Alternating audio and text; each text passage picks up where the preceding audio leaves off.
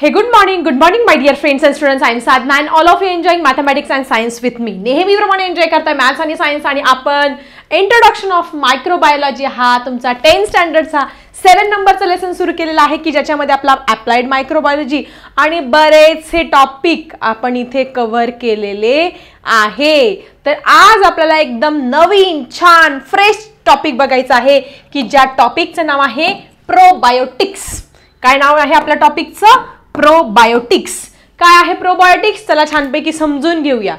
These are also milk product but contain active bacteria. जर तुम्हाला कोणी विचारलं की प्रोबायोटिक्स काय आहे, तर probiotics are the milk product but they having the active bacteria. बाकीचे जे मिल्क प्रोडक्ट आहे त्याच्यामध्ये ऍक्टिव्ह बॅक्टेरिया नसतात. पण हे असे काही प्रोडक्ट असतात की ज्याच्यामध्ये ऍक्टिव्ह बॅक्टेरिया प्रेझेंट असतात. त्याला आपण काय म्हणणार? प्रोबायोटिक्स.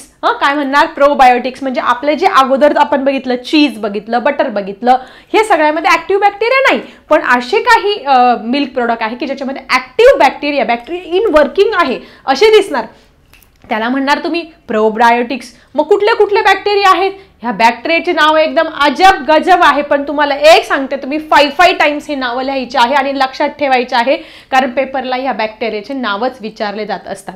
सो पहिला आपला बॅक्टेरिया आहे आपला लॅक्टोबॅसिलस ऍसिडोफिलस. पहिला बॅक्टेरिया कुठला आहे? लॅक्टोबॅसिलस ऍसिडोफिलस. त्यानंतर पुढचा आहे लॅक्टोबॅसिल केसी. दुसरा बॅक्टेरिया कुठला आहे? लॅक्टोबॅसिलस केसी. बघा 2 लॅक्टोबॅसिलस आहे, फक्त लॅक्टोबॅसिलस एकदाच लक्षात ठेवायचं, लॅक्टोबॅसिलस केसी आणि ऍसिडोफिलस हे 2 बॅक्टेरिया. ठीक आहे. पुढे आहे बायफिडोबॅक्टेरियम. पुढचं काय आहे? बायफिडोबॅक्टेरियम नाही, फक्त बायफिडोबॅक्टेरियम, बायफिडम.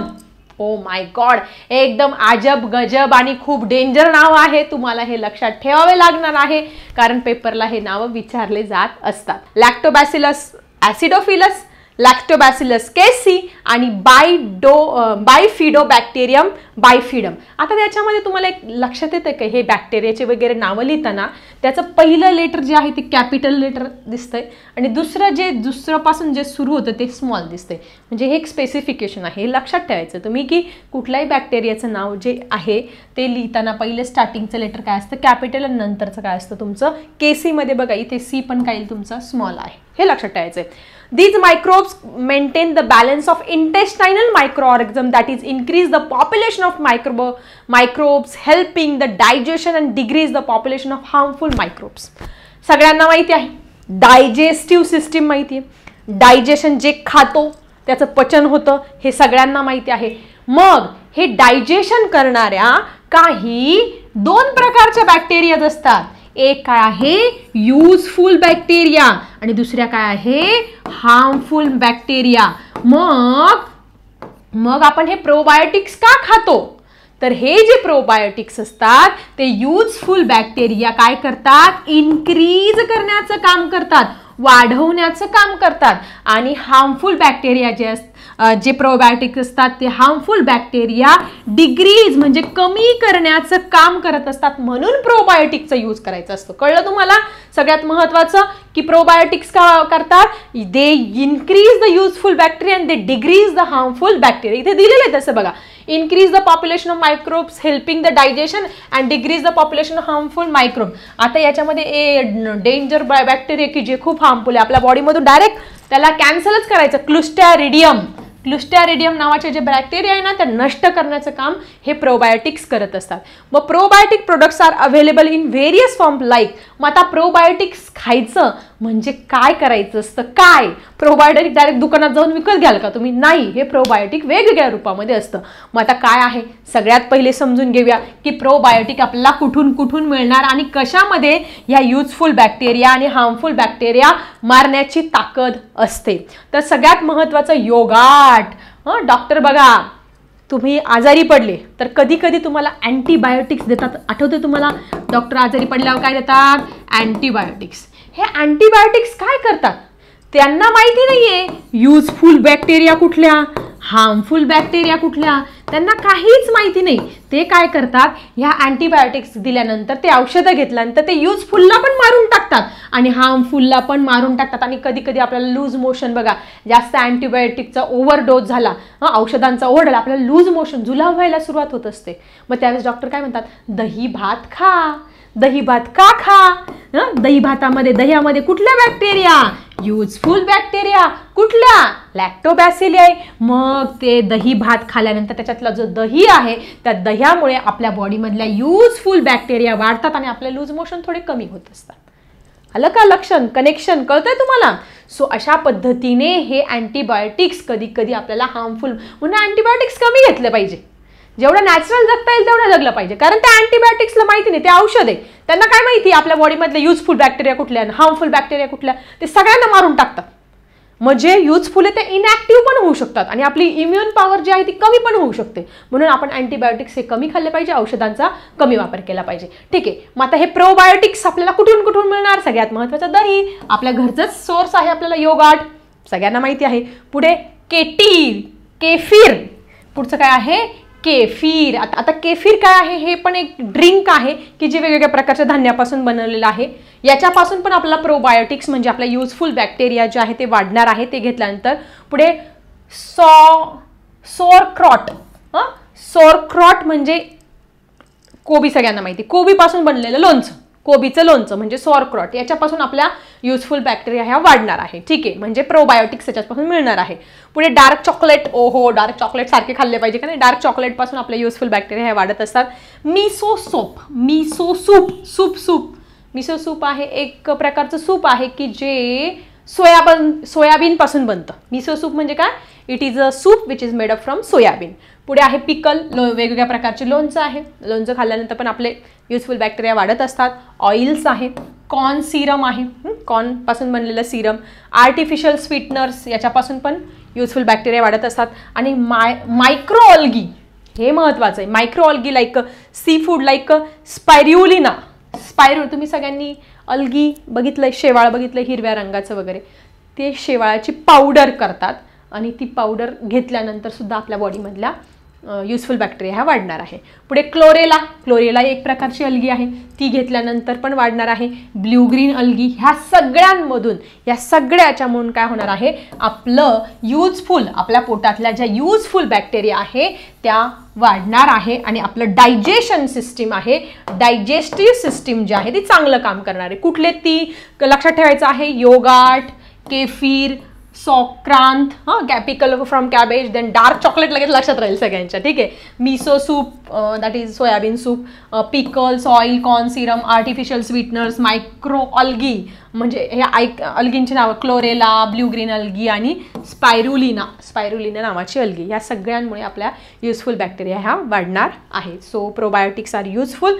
पुढे बघायचं आहे, why the probiotics have develop much important recent डेजमध्ये या प्रोबायोटिक्सला एवढं महत्त्व का आलं, लोक फार अल्गीची पावडर वगैरे करून खायला लागलेत का, कारण ते युजफुल बॅक्टेरिया कारण डायजेशनचे खूप सारे प्रॉब्लेम्स निर्माण झाले, ते सॉल्व्ह करण्यासाठी या सगळ्या प्रोबायोटिक्सचा यूज हा वाढलेला आहे. These products form the colonies of useful microbes in elementary canal and control the other microorganisms in their metabolic activities, improve resistance and lower the ill effects of harmful substances formed during the metabolic activities. आपण ज्यावेळेस कुठलंही अन्न खातो ते पचन करण्यासाठी आपल्याला काय वेगवेगळे आपले गॅस्ट्रिक ज्युसेस सिक्रेट होत असतात, मग ते स्मॉल इंटेस्टाईनमध्ये जातं, मग लार्ज इंटेस्टाईनमध्ये बॅक्टेरिया असतात, त्या बॅक्टेरिया काय करत असतात, ते अन्न सडवण्याचं काम करत असतात आणि मग ते फेशियल मॅटरने आपलं बाहेर पडत असतं. मग हे ज्या युजफुल बॅक्टेरिया आहे की ज्या एलिमेंटरी कॅनलच्या स्टार्टिंगला प्रेझेंट असतात, ह्या सगळ्या आपल्या बॉडी पार्ट्समध्ये प्रेझेंट असतात, ते काय करत असतात, ते जे हार्मफुल बॅक्टेरिया आहेत त्यांना मारण्याचं काम करत असतात या प्रोबायोटिक्समुळे, and control other microbes and their metabolic metabolic activities, बाकीच्या त्यांच्या मेटाबॉलिक ॲक्टिव्हिटीज आपल्या चांगलं करतात, इम्प्रूव्ह करतात, आपली रेजिस्टन्स पॉवर वाढत असतात, lower the ill effect, harmful सबस्टन्सचे इल इफेक्ट कमी करण्याचं काम प्रोबायोटिक्स करत असतात. Okay, useful microbes become inactive due to antibiotic, probiotics make them active again. बघा कधी कधी आपण खूप जास्त अँटीबायोटिक, तुम्हाला मगाशी सांगितलं ना, अँटीबायोटिकचा जर ओव्हरडोस झाला तर आपले युजफुल बॅक्टेरिया मरत असतात. त्यांना कारण अँटीबायोटिकला माहिती नाही की युजफुल कोणत्या आणि हार्मफुल करतात, त्या दोन्हींना मारून टाकतात. पण ते मेलेले तुमचे ज्या युजफुल बॅक्टेरिया त्यांना परत ॲक्टिव्ह करण्याचं काम कोण करत असतं? प्रोबायोटिक्स. जे आपण हे अशा पद्धतीने खाल्ल्यानंतर त्या परत काय होऊ शकतात? ॲक्टिव्ह ह्या होऊ शकतात. So all these things about the probiotics. Nowadays probiotics are use to treatment of diarrhoea and treatment of poultry also. Poultry farm माहिती तुम्हाला, कोंबड्यांचा कारखाना, कोंबड्या तिथे सुद्धा ह्या प्रोबायोटिक्सचा यूज करतात. आणि इकडे डायरिया जर झाला असेल, जुलाब, लूज मोशन वगैरे सगळं, उलट्या वगैरे, ते कंट्रोल करण्यासाठी या बॅक्टेरियाचा प्रोबायोटिक्सचा यूज करत असतात. सो आय थिंक तुम्हाला प्रोबायोटिक हा टॉपिक जर आला तर तुमच्या लक्षात येईल की त्याच्यामुळे आपल्या युजफुल बॅक्टेरिया राहतात आणि हार्मफुल बॅक्टेरिया मरण्यासाठी त्याचा उपयोग होतो. आणि हे सगळ्या कशातून मिळतं हे सगळं लक्षात ठेवायचं तुम्ही. ठीक आहे, लिहून घ्यायचं सगळ्यांनी. चला पुढचा आपल्याला टॉपिक बघायचा आहे, सगळ्यात महत्त्वाचा, खूप छान टॉपिक आहे, ब्रेड. संडे हो या मंडे रोज खाओ अंडे, तसं नाही, पण हे ब्रेड खूप काळापासून नेहमी आपण ते ब्रेड, बाव, बटर सगळं खात आलेलो आहोत.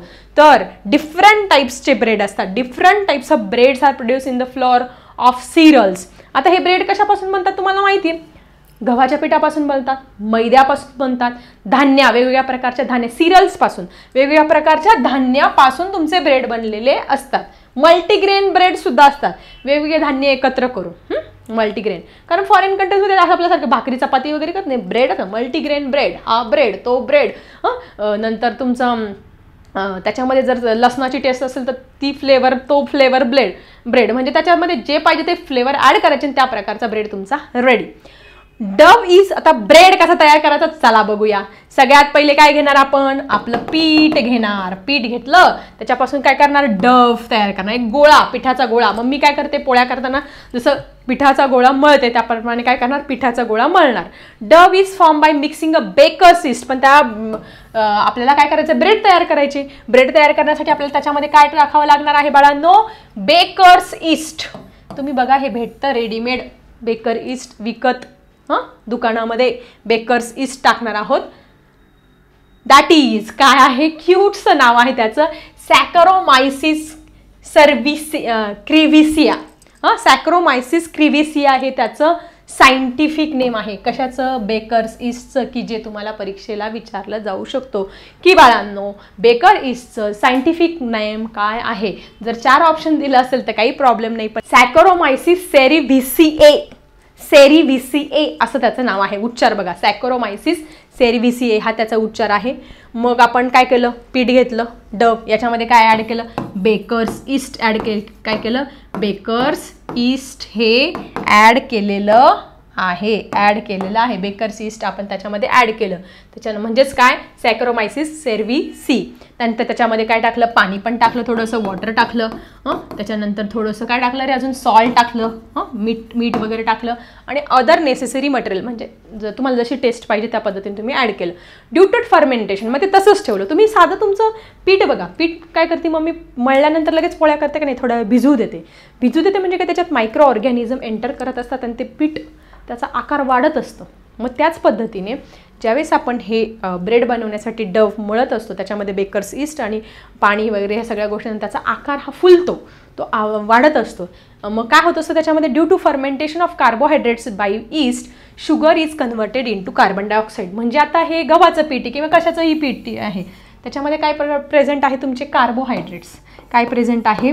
कार्बोहायड्रेट्स. आता carbohydrates it is nothing but a sugar. ही काय आहे? एक प्रकारची शुगरच आहे. कार्बोहायड्रेट्स बघा, पोळी खाल्ल्यानंतर गोड लागते, भाकरी खाल्ल्यानंतर कार्बोहायड्रेट्स आहे. मग आता हे कार्बोहायड्रेट्स त्याच्यामध्ये प्रेझेंट आहे.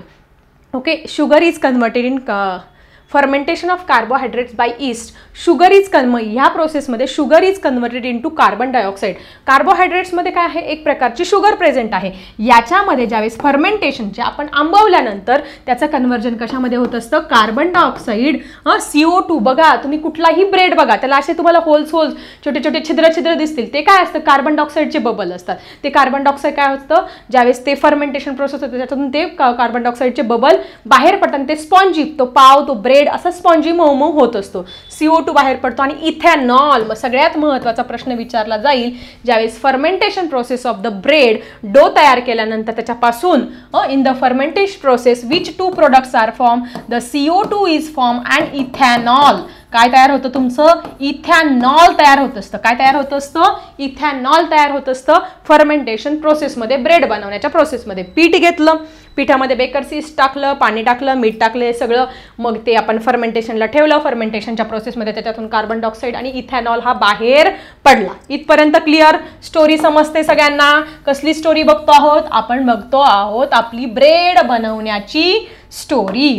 चला बघूया पुढची स्टोरी. मग carbon and the bread becomes spongy. Carbon डायऑक्साईडमुळे dough rises due to the CO2 and bread becomes. एवढं पीठ असेल ते फुलून मोठं होत असतं तुम्ही.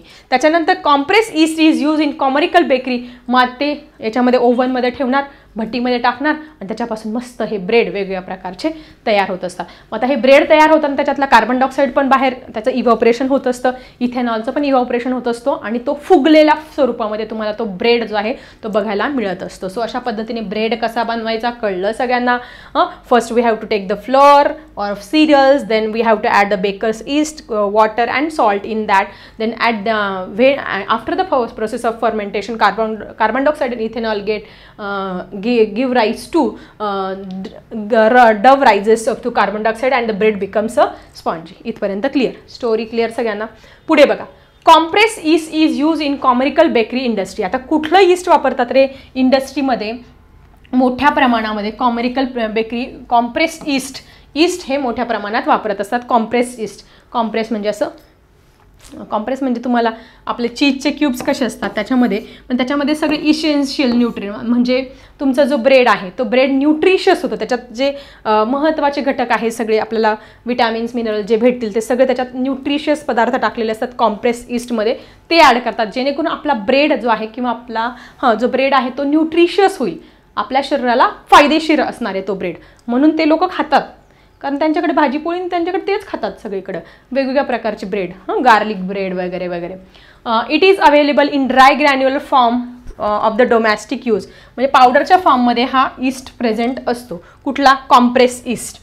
इंडस्ट्रीजमध्ये कुठला ईस्ट वापरतात, कॉम्प्रेस ईस्ट वापरतात.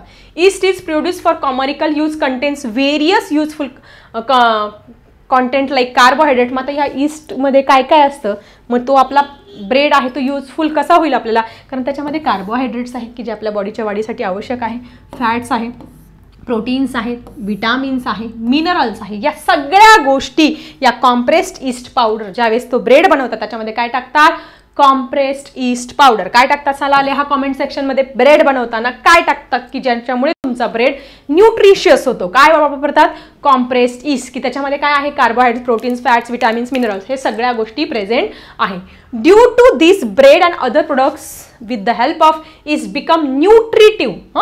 काय होतात, आपल्या बॉडीला न्यूट्रिटिव्ह होत असतात. Ingredients like vinegar, soya sauce and monosodium glutamate, Ajinomoto that R.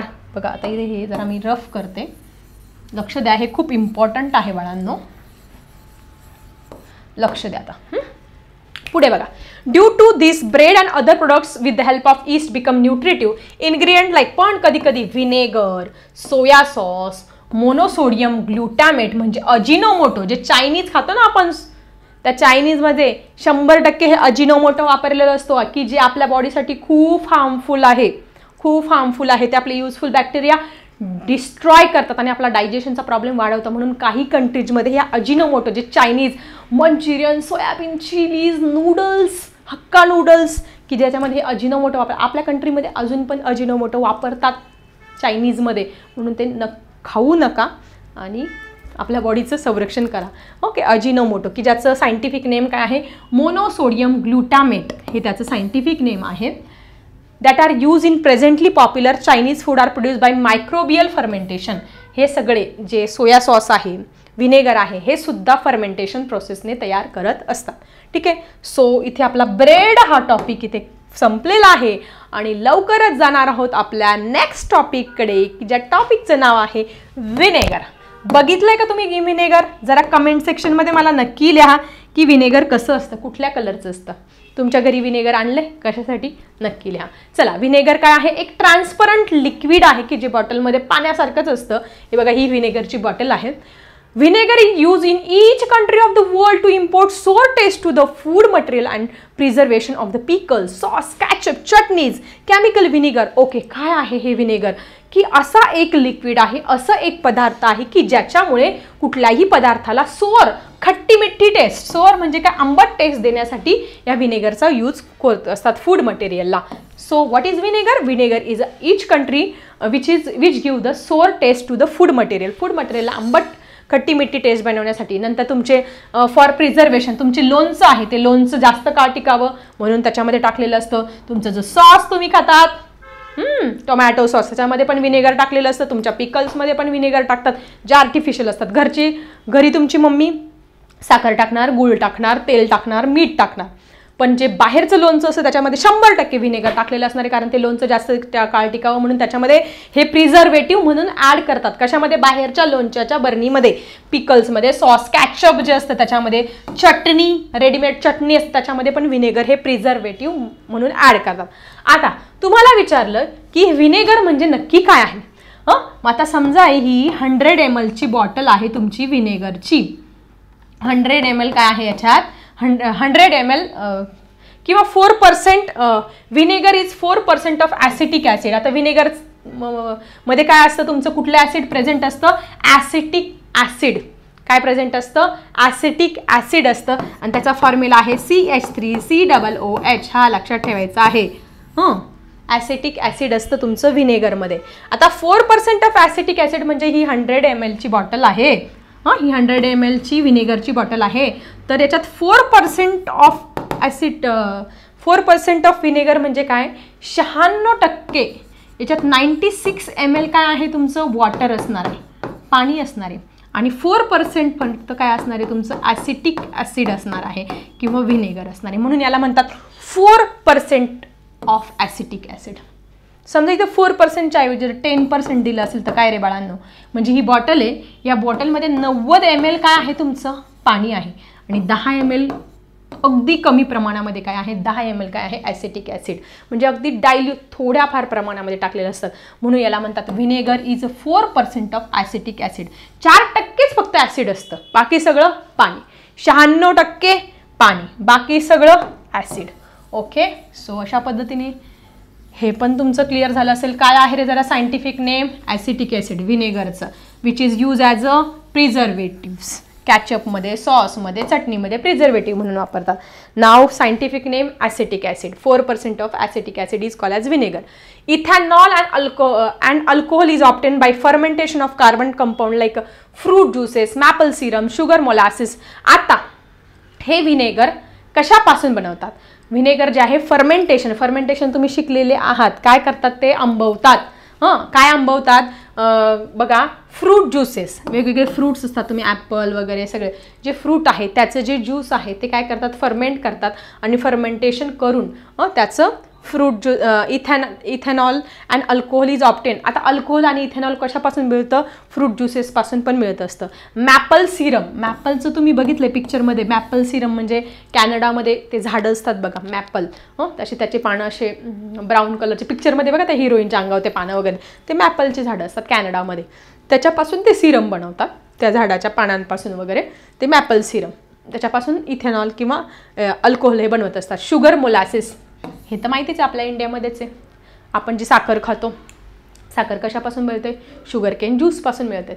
Sugar cane ज्यूसपासून साखर मिळाल्यानंतर एक काळ्या रंगाचा मोलॅसिस, मळी तयार होत असते, त्याच्यापासून पण इथेनॉल आपल्याला मिळत असतो. Starch of the roots. Starch of the roots म्हणजे कोणते रे? पोटॅटो, रताळू. रताळूचं काय नाव आहे? Sweet potato. काय? Sweet potato. त्यांच्या रूट्सपासून सुद्धा आपल्याला काय मिळत असतं? या रूट्सपासून आपल्याला इथेनॉल किंवा अल्कोहोल मिळत असतं. With the help of yeast saccharomyces cerevisiae याच्यापासून काय मिळत असतं आपल्याला इथेनॉल आणि अल्कोहोल. इथेनॉल अल्कोहोल कशापासून मिळतं कळलं तुम्हाला. Fruit juices, maple Serum, sugar molasses, starch of the roots with the help of yeast. त्याच्यामध्ये ईस्ट कोणतं वापरतात सॅक्रोमायसिस सर्व्हिसिया हे ईस्ट वापरत असतात. कळलं. Vinegar, what is vinegar 4% of acetic acid म्हणजे 4% आहे म्हणजे 96% पाणी 4% ॲसिटिक ॲसिड. ओके स्टोरी समजते सगळ्यांना. चला पुढे जाऊया पुढची स्टोरी जाणून घेऊया. पुढची स्टोरी छान छान स्टोरी आहे. पेपरच्या दृष्टीने समजून घ्यायचं आपल्याला. मस्त मस्त अभ्यास करायचा आहे. लक्ष द्या सगळ्यांनी. मस्त वाटतं ना इंटरेस्टिंग. आता बघा mixture of bacteria strains like azotobacter and gluconobacter is mix with the ethanol for its microbial degradation. आता जे इथेनॉल तयार करत असतात ना त्या इथेनॉलमध्ये 2 प्रकारचे काय करतात बॅक्टेरिया टाकतात. कोणते ॲसेटोबॅक्टर अँड ग्लुकॅनोबॅक्टर नावाच्या बॅक्टेरिया ॲड करतात. त्याच्यासाठी बघा आता पुढे मायक्रोबियल डिग्रेडेशन. मायक्रोबियल जे आहेत त्या मायक्रो ऑर्गॅनिझमची संख्या कमी करण्यासाठी वापरतात. Acetic acid and other by products are obtain through it. आणि ॲसिटिक ॲसिड जे व्हिनेगर आहे ते याच्यापासून बनतं. ॲसिटोबॅक्टर आणि ग्लुकॅनोबॅक्टर इथेनॉलमध्ये जेव्हा मिक्स करतात त्याच्यापासूनच बाय प्रोडक्ट म्हणून तुमचं व्हिनेगर किंवा ॲसिटिक ॲसिड हे तयार होत असतं. Acetic acid is separated from mixture by rare fraction. आता ही प्रोसेस दिलेली आहे की हे कसं तयार करत असतात. मग आता तुमचं समजा हे एक टँक आहे. याच्यामध्ये आपल्याला काय करतो इथेनॉल तयार करतो. इथेनॉलसाठी याच्यामध्ये 2 प्रकारच्या आपण ह्या बॅक्टेरिया ॲड केल्या. कोणत्या बॅक्टेरिया ह्या ॲसिटोबॅक्टर आणि ग्लुकॅनोबॅक्टर ह्या बॅक्टेरिया ॲड केला. त्याच्यापासून काय करतोय आपण इथेनॉल तयार करतोय. काय करतोय आपण इथेनॉल तयार करतोय. मग आता याच्यामध्ये हे काय करत असतात रेअर फ्रॅक्शन प्रोसेसने काय करत असतात सगळे जे प्रोडक्ट आहे ते वेगवेगळे करत असतात. आता ॲसिटिक ॲसिड जे आहे त्याची डेन्सिटी जास्त असणार आहे म्हणून जे ॲसिटिक ॲसिड आहे ते खाली तळाशीच राहील ॲसिटिक ॲसिड आणि बाकीचे जे बाय प्रोडक्ट्स आहेत ते वरती असे तरंगतील. बाय प्रोडक्ट्स समजा असे वरती तरंगतील या प्रोसेसमध्ये. नंतर acetic acid is bleach with the help of potassium फेरोसायनाइड.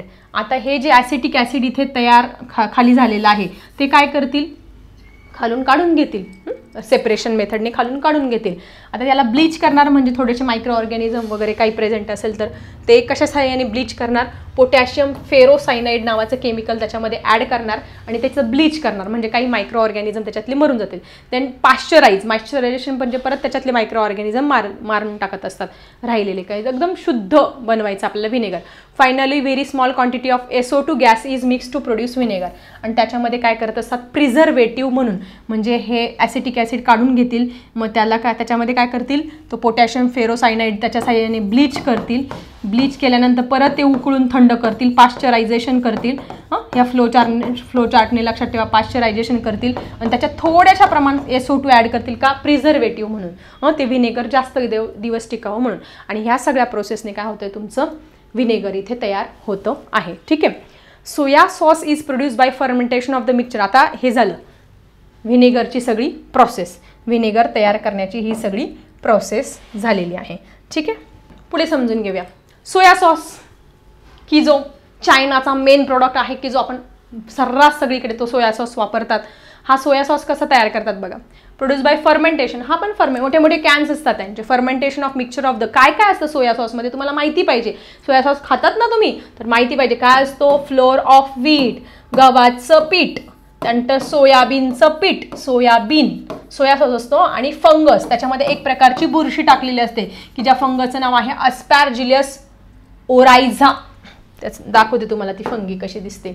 ही आहे तुमची अशी बबलवाली अस्पॅरजिलियस ओरायझा. ही कशामध्ये टाकतात सोया सॉसमध्ये. सोया सॉस कशाचं बनलेलं आहे soya sauce wheat flour soybean flour आणि अस्पॅरजिलियस ओरायझी नावाच्या क्यूटचं नाव आहे अस्पॅरजिलियस ओरायझी. कशामध्ये असतं तुमचं सोया सॉसमध्ये. ओके. सोया सॉस अशा पद्धतीने बनवत असतात. चला पुढे समजून घेऊया. पुढे काय आहे production of beverage drinks cold drinks. हे ड्रिंक्स आहेत ते कसे बनतात बघा. आता कॅफिया अरेबिका हे फ्रूट आहे, त्याच्यापासून कोणतं ड्रिंक, आता कॅफियावरून कळेल की याच्यापासून कॉफी वगैरे काहीतरी बनत असेल. नाव लक्षात ठेवायचं, कॅफियावरून कॉफी लक्षात ठेवायचं. कॅफियावरून काय बनतं, कॉफी हे बनत असतं. मग त्याच्यामध्ये कुठलं मायक्रो ऑर्गॅनिझम वापरतात, लॅक्टोबॅसिलस ब्रेव्हिस. लॅक्टोबॅसिलस ब्रेव्हिस नावाचं वापरत असतात. हे सॅक्रोमायसिस सेर्व्हिसी असं दिसतं बरं का, दाखवते तुम्हाला परत अजून पुढे. कॅफिया अरेबिका याच्यावरून तुम्ही लक्षात ठेवायचं, कॉफी जे आपण पित असतो नेहमी ती कॉफी बनत असते. आणि मग त्याच्यामध्ये लॅक्टोबॅसिलस ब्रेव्हिसी नावाच्या बॅक्टेरिया ॲड केल्यानंतर सेपरेटिंग सीड फ्रॉम फ्रूट, म्हणजे त्याचं जे कॉफीचं जे सीड आहे ते त्याच्या सीड्सपासून काय होत असतं, ते मोकळं होत असतं आणि कॉफी बीन्स या तयार होत असतात. पुढे थिओब्रोमा कॅको. आता कॅकोवरून कोका लक्षात ठेवायचा. कोका म्हणजे माहिती नाही, एक ड्रिंकच आहे हे. हे बघा, हे कोका सीड्स असे असतात बघा, बघितलं असेल तुम्ही कोका सीड्स. कॅन्डिडा, हॅनेस्युनला, पिंचा, सॅक्रोमायसिस नावाच्या बॅक्टेरिया त्याच्यामध्ये ॲड करतात. ते पण सीड त्याचं वेगळं करत असतं आणि कोका नावाचं सिरम किंवा कोल्ड ड्रिंक्स किंवा बिहेव्हरेज आपल्याला मिळत असतं.